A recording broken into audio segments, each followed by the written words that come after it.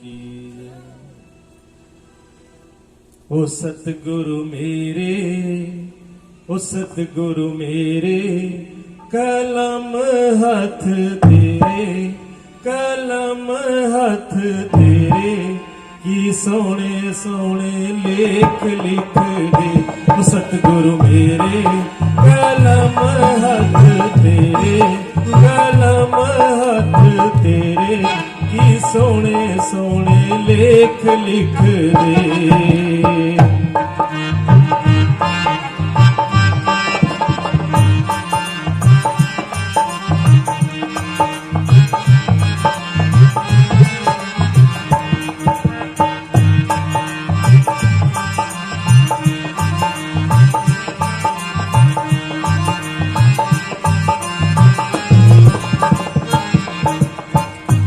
हत्थां च लिख दे सेवा गुरां दी, हत्थां च लिख दे सेवा गुरां दी, सेवा गुरां दी, सेवा संतां दी, सेवा गुरां दी, सेवा संतां दी। ओ सेवा करदी कदे भी ना थका, कदे भी ना अटका, की सोने सोने लेख लिख दे। ओ सतगुरु मेरे, कलम हाथ तेरे, कलम हाथ तेरे, की सोने सोने लेख लिख दे।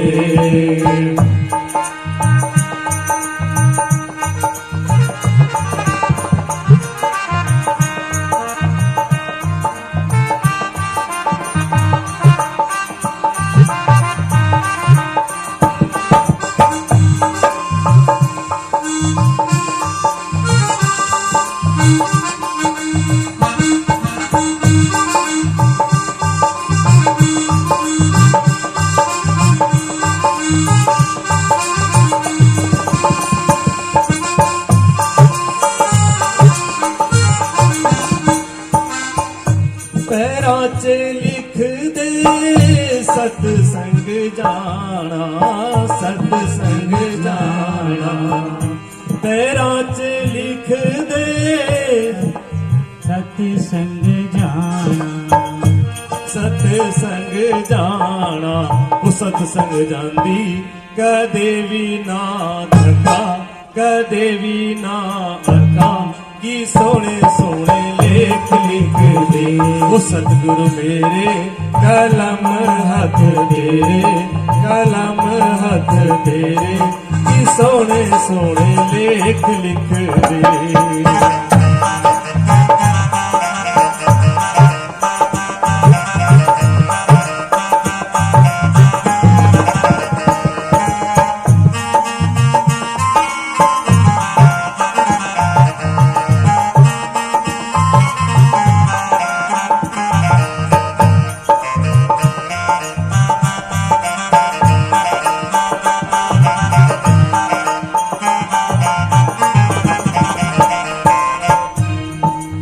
अखां च लिख दे दर्शन प्यारे, अखां च लिख दे दर्शन प्यारे, दर्शन गुरां दे, दर्शन गुरां दे, ओ दर्शन गुरां दे, दर्शन गुरां दे। ओ दर्शन करदी कदे भी ना अक्का, कदे भी ना थका, की सोने सोने लेख लिख दे। ओ सतगुरु मेरे, कलम हाथ तेरे, कलम हाथ तेरे, की सोने सोने लेख लिख दे। ओ सतगुरु कलम हाथ तेरे, कलम हाथ तेरे, की सोने सोने लिख दे।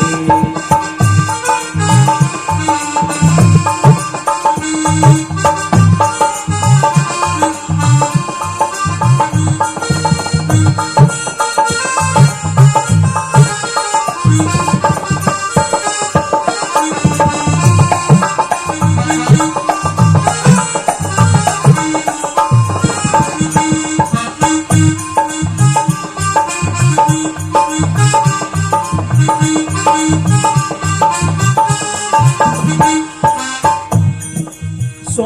च लिख दे नाम गुरां दा, नाम गुरां दा।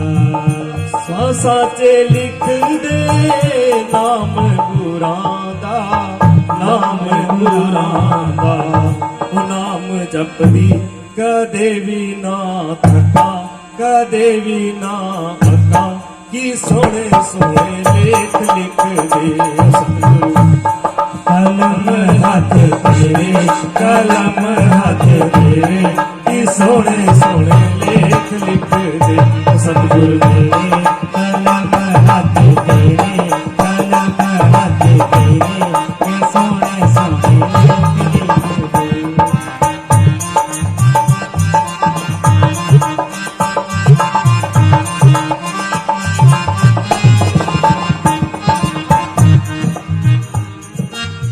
कदे ना देवी मेरे गुरां दा विछोड़ा, गुरां दा विछोड़ा। कदे ना देवी मेरे गुरां दा विछोड़ा, गुरां दा विछोड़ा। विछोड़ा सहा न जाए मैथों रहा न जाए, कि सोने सोने लेख लिख दे सतगुरु मेरे। कलम हाथ तेरे, कलम हाथ तेरे, सोने सोने लेख लिख दे सतगुरु मेरे। कलम हाथ तेरे, कलम हाथ तेरे, कि सोने सोने लेख लिख दे, कि सोने सोने लेख लिख दे। बोलिए सतगुरुदेव भगवान की, सच्चिदानंद भगवान की। कथा प्रारंभ हो चुकी है। आप अभी व्यास जी से सुन रहे थे। नारद जी जो है वो ब्रह्मा जी के बेटे हैं। ब्रह्मा जी ने इस कथा का श्रवण नारद जी को करवाया था, लेकिन बहुत थोड़े में, संक्षेप में, थोड़े में ही करवा दिया था। थोड़े में करवा दिया था तो समझ में नहीं आई। और कई बार ऐसा होता है कि साधारण सी बात भी समझ में नहीं आती। छोटी मोटी बात होती है, वो भी एक दो बार समझ में नहीं आती, कई बार बोलो तो समझ में आती है। और कोई गहन बात हो, जीवन की बात हो, तो एक बार समझ में नहीं आती। इसलिए हमारे यहाँ पर ऋषियों मुनियों ने एक नियम बनाया कि रामायण जी का, गीता जी का, भागवत जी का पाठ करना चाहिए। जब ये बात बोली जाती है कि पाठ करना चाहिए, तो पाठ करने का मतलब होता है एक ही बात को बार बार बार बार दोहराना। तो जो विदेशी लोग हैं, जो बाहर के लोग हैं, पश्चिमी लोग हैं जैसे अमेरिका आदि, वो लोगों की ये बात समझ में नहीं आती। वो कहते हैं हमको ये भारत की ऋषियों की बात ये समझ में नहीं आती। भी एक बार बात को पढ़ लिया, बात खत्म हो गई, उसको बार बार क्यों दोहराना, बार बार उसकी क्या जरूरत है। क्योंकि वहां जो अध्यात्म है, जो धर्म है, ये वहां पर फलीभूत नहीं हुआ, वहां प्रकट नहीं हुआ, वो इसी धरती पर हुआ, इसी धरती पर हुआ। तो जो पाठ का मतलब है कि बार बार उस बात को दोहराओ, क्योंकि एक बार में वो बात समझ में आने वाली नहीं है। ये बात पहले से तय थी। तो ये नहीं कि एक बार भागवत सुन ली तो भागवत तो वो ही है। भागवत में क्या, एक बार सुन ली बात खत्म हो गया। भागवत तो रोज ही होती है, लेकिन भागवत वो नहीं होती। भागवत वो ही नहीं होती, भागवत बदल जाती है रोज। कथा बदल जाती है रोज। क्यों बदल जाती है? क्योंकि आप ही बदल जाते हो।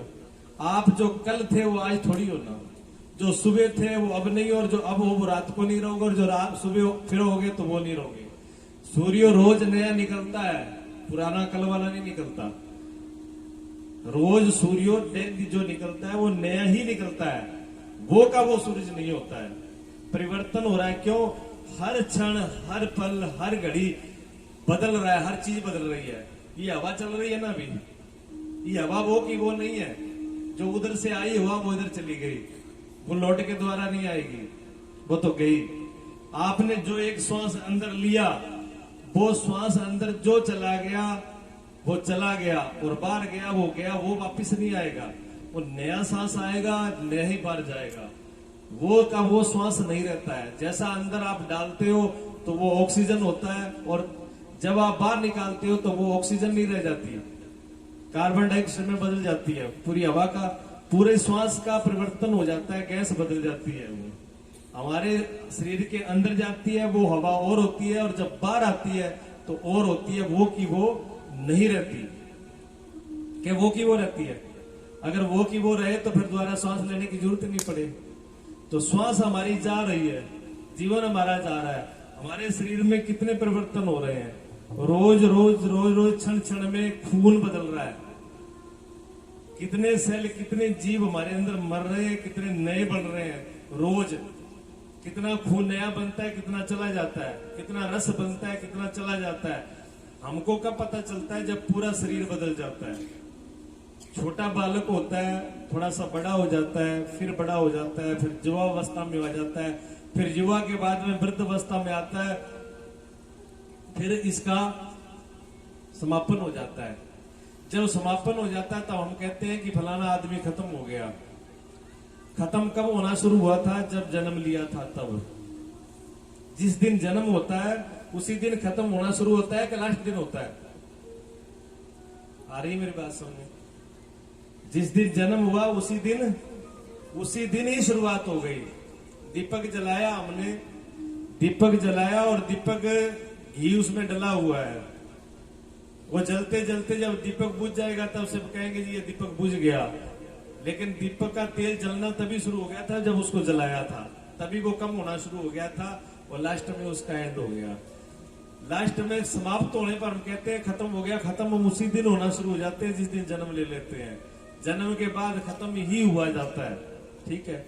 कथा भागवत 7 दिन की होती है। आज ये बताइए कि अब 7 दिन रहेगा कि 6 दिन है? 6 दिन बचे, 1 दिन चला गया आज। सप्ताह 7 दिन की है, लेकिन अब सप्ताह नहीं रही, 1 दिन तो गया आज। और कितना उसका लाभ लिया, कितना फायदा लिया, कितना क्या हुआ, वो तो आप जानते हो, जो आपका मन जानता है, आपका हृदय जानता है, आपकी अंतरात्मा जानती है।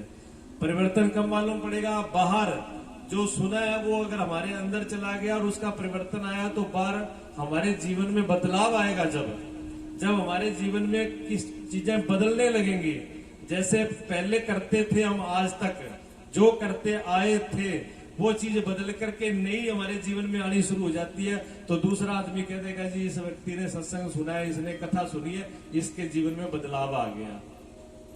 दूसरा आदमी तब बताएगा जब आपकी क्रिया में आ जाएगा, कर्म में आ जाएगा। लेकिन आज ही क्या हुआ, अभी क्या हुआ, वो आपको पता है कि मेरे जीवन में, मेरे अंदर कौन सी बात बैठी है, मेरे दिमाग में कौन सी बात बैठी है, मुझे क्या लाभ मिला है।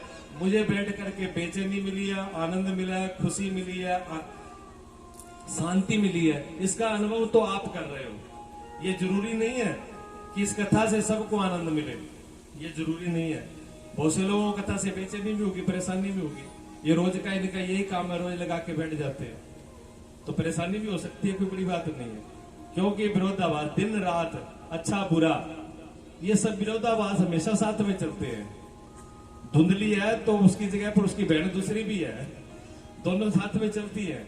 कोई लेने वाली है, कोई देने वाली है, कोई किसी को लूटने वाला है, कुछ लुटाने वाला भी है, कोई दान करने वाला दानवीर भी है, सूरवीर भी है, कोई दूसरे का डाका मारने वाला भी है। ये बहुरूपी दुनिया परमात्मा ने बनाई है।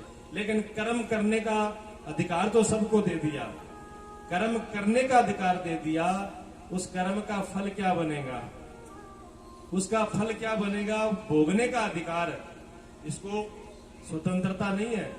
जो किया करने में स्वतंत्र हो, कर जो मर्जी लो, लेकिन भोगने में जीव स्वतंत्र नहीं है। अगर भोगने में जीव स्वतंत्र होता तो अच्छे अच्छे कर्म भोग लेता, बुरे बुरे छोड़ देता। अच्छे लिए, जो बढ़िया बढ़िया सुख वाले थे वो तो ले लिए, वो तो भोग लिए उसने। जो खराब, जो दुख की घड़ी आई, ये दुख क्या है, ये पीड़ा क्या है? दुख और पीड़ा हमारे पाप कर्मों का, अशुभ कर्मों का फल है। और जब दुख आ जाता है तो हम भोगने में मजबूर हो जाते हैं, हमारे पास कोई उपाय नहीं है। अगर हमारे शरीर में दर्द पीड़ा हो गई तो ठीक है, हम डॉक्टर के पास भागते हैं, उपचार करते हैं, दवाई लेते हैं, वो हमारा पुरुषार्थ है, कुछ आराम मिलेगा। लेकिन जितना फल है भोगना हमें, जितना हमें भोगना है वो हमको भोगना पड़ेगा, उसमें हम स्वतंत्र नहीं है। भोगते भोगते भोगते एक दिन वो भोग पूरा हो जाता है, कहते जी फलाने डॉक्टर ने बहुत बढ़िया दवाई दी थी, बस एक ही गोली दी थी, खत्म हो गया, वहीं से दर्द हुआ ही नहीं। 4 जगह जाके प्रचार करते हैं और दूसरा मरीज उसके पास वही गोली लेके आता है, उसको कुछ नहीं होता। वो कहता है जी दवाई तो मैं भी उसी से लेके आया था, पर मैं ठीक नहीं हुआ, होगा भी नहीं ठीक, क्योंकि अभी तुम्हारे कर्म बाकी है। हर आदमी की, हर जीव की ये कहानी है। तो परिवर्तन हमारा काम मालूम पड़ता है जब हमारे जीवन में आ जाता है, लेकिन परिवर्तन कब हो रहा है? हर घड़ी हो रहा है, हर समय हो रहा है। तो हर समय परिवर्तन हो रहा है, एक बार में, 2 बार में, 3 बार में समझ में, जब समझ में आ जाए तभी सवेरा, जब जाग जाए तभी सवेरा। भगवान का नाम बार बार लेना, बार बार कथा करना, बार बार श्रवण करना हमारे जीवन को बदलने के लिए है। क्यों? अगर हम अच्छा कर्म नहीं करेंगे तो हमारे द्वारा बुरा कर्म जरूर होना है, खाली रह नहीं सकते। भगवान खुद स्वयं कहते हैं कि ये जीव एक क्षण के लिए भी कर्म किए बगैर नहीं रह सकता, ये कर्म जरूर करेगा। अगर इसने अच्छा नहीं किया तो बुरा जरूर करेगा, बैठे बैठे कुछ नहीं होगी तो बुराई शुरू हो जाएगी। और दूसरे की बुराई करने का मतलब पता है क्या होता है? दूसरे की बुराई करने का मतलब होता है दूसरे के पापों को, दूसरे के अशुभ कर्मों को उठा करके अपने झोली में डाल लेना, अपने हृदय में रख लेना। अगर कोई पड़ोसी अपने घर का कूड़ा कबाड़ इकट्ठा कर ले और ला करके आपके आंगने में लाके डाल दे, आपको अच्छा लगेगा क्या? नहीं लगेगा ना। आप फेंक दोगे बाहर, डालने नहीं दोगे, लड़ाई कर लोगे, गाली गलौज हो जाएगी। और कोई दूसरा आदमी दूसरे की बुराई ले आके कटिया और आपके कान के द्वारा अंदर डाल देता है, आप बड़ी खुशी से रख लेते हो, डालते डालते बहन वो भी कहेगी तू आके ना बताई, मैं तो नहीं बताऊं। भाई कहेगी तो चिंता ना कर, मैं किन्नी कौन बताऊं, जो तेरा हजम को नहीं भी गठो जाएगी हजम, वो अगर चल लगी रुके को नहीं, स्वाभाविक है, ठीक है ना। वो रुकने वाली नहीं है, कोई आगे कड़ी से कड़ी मिलकर के चलती है, उसकी तो छोड़ो। आप बिल्कुल अकेले बैठे हो, विचार करना, आपके अंदर होती है बात, आपके मन की बात बता रहा हूं मैं। आप बिल्कुल अकेले बैठे हो, घर में कोई नहीं है, और एक बार आप मन के अंदर बुराई शुरू कर देना, फिर मन देखो कहां कहां की बुराई लाएगा। सारी दुनिया की बुराई इकट्ठी करके ले आओ, एक दुश्मन को याद करके और मन के अंदर उसको याद करके, उस दुश्मन ने मेरे को उस दिन गाल निकाली थी, उसने मुझे बुरा भला कहा था, फिर बैठा देखो, बैठे बैठे फिर आग लाग जाएगी, तो तेरी क्या क्या सोचा, वो मिल गया तो बदलो लूंगा, मैं ये कहूंगा, मेरे वो को पूरे बैठे अकेले हो, अकेले बैठे बैठे ही मतलब जलते रहोगे आग के अंदर। मन इतनी बड़ी कल्पना करता है, तो दूसरे की बुराई फिर कहां तक जाएगी? दूसरे के तो हम कुछ कर नहीं सकते, हम अपने लिए कर सकते हैं, अपने पर ही सब चीज लागू होती है। नारद जी को उनके पिताजी ने कथा सुनाई, सुन ली, बड़ी प्रेम से सुनी, लेकिन समझ में नहीं आई, फिर ऋषियों के द्वारा सुनी गई। लेकिन जो ये भागवत जो चल रही राजा परीक्षित के नाम से, राजा परीक्षित जो है धुंधकारी, और बीच में वो भी कथा सुनी था गोकर्ण और धुंधकारी, जो प्रेत में जो जोनी में चला गया था, तो प्रेत जोनी भूत जोनी में जाने के बाद भी कह के छुटन को पाए है, ये बिल्कुल हकीकत है। किसी के घर में अगर भूत प्रेत बाधा है तो ये भले पूरा टेंट टूंट लगाने की जरूरत नहीं है। वे पंडित जी बैठे हैं ना, पाठ करने लग रहे हैं, ये सारे श्लोक जो है 18,000 श्लोक वो या नहीं बोले जा सकते मेघ में। 18,000 श्लोक अगर बोले था ना, कोई पल्ला कौन पड़ा वो की, क्योंकि सारा संस्कृत में है, और संस्कृत की भाषा समझ में आवे को नहीं, और पाठ करना बहुत जरूरी है। इसलिए स्पेशल एक ब्राह्मण को रखा जाता है, उस पूरे पाठ को, पूरे मंत्रों को पढ़ना होता है। 18,000 मंत्र 7 दिन में पूरे पढ़े जाते हैं। किसी घर में बाधा हो, कहीं भी दिक्कत हो, तो उसको रख करके ब्राह्मण को बिठा करके 7 दिन में वो पूरा विधि विधान से पाठ किया जाता है, घर में भूत प्रेत बाधा खत्म हो जाती है। ये बिल्कुल प्रैक्टिकल है किया हुआ, और नहीं तो कोई करवा के देख ले, किसी को अगर ऐसी शंका हो तो, या दिक्कत हो तो भी करा सकता है, करने वाला ठीक होना चाहिए। तो ये भागवत परीक्षित राजा को क्यों सुनानी पड़ी? और परीक्षित राजा कौन थे? राजा परीक्षित जो थे वो पांडवों के यानी अर्जुन के पोता थे। आपने महाभारत देखा है ना, 5 पांडव थे, 5 पांडवों में तीसरे नंबर के जो अर्जुन थे, अर्जुन का पोता था राजा परीक्षित, क्योंकि उनका बेटा जो था अभिमन्यु, अब मन्यु के हुए थे परीक्षित, जो पेट में ही थे, जिनको अश्वत्थामा ने गर्भ के अंदर ही बाण चला करके मारने की कोशिश करी थी। पूरा महाभारत का युद्ध होया, महाभारत का युद्ध के अंदर बहुत बड़ा विनाश होया। आज तक कुरुक्षेत्र में हुआ था, हरियाणा में कुरुक्षेत्र हमारे पास में पड़ता है, ज्यादा दूर नहीं और यहां से भी ज्यादा दूर नहीं है। आज भी वहां की मिट्टी लाल है, सारी की सारी सफेद मिट्टी नहीं है कुरुक्षेत्र की, इतना खून बहा था। आज भी हड्डियां निकलती हैं, आज भी घंटे पुराए महाभारत के युद्ध के टाइम के निकलते हैं। और युद्ध किस बात से हुआ था? भगवान ने दुर्योधन को मनाया था, भी तू आम पांडवों को हक दे दे या एक गांव दे दे, बाकी तू राज कर ले। वो कह मैं और गांव दे दूं, जब तक मैं जिंदा हूं बिना युद्ध के सुई की नोक कितनी को है, सुई की नोक रखी जानी इतनी में जगह कौन दी उन्हें? ये होते कौन है लेने वाले? और वो देख लो पूरी भारत भूमि ऐसी पड़ी हुई है, राजधानी दिल्ली अब यही पड़ी है। इस तक कितने राजा आए, कितने चले गए, कितने और राजा चले जाएंगे। भूमि जब ये धरती माँ वैसी की वैसी पड़ी है, कितने इसमें समा गए अपने घर के अंदर। वो धरती लाल है उन योद्धाओं की वजह से, कुरुक्षेत्र दूर नहीं है। वो सब के सब समा गए।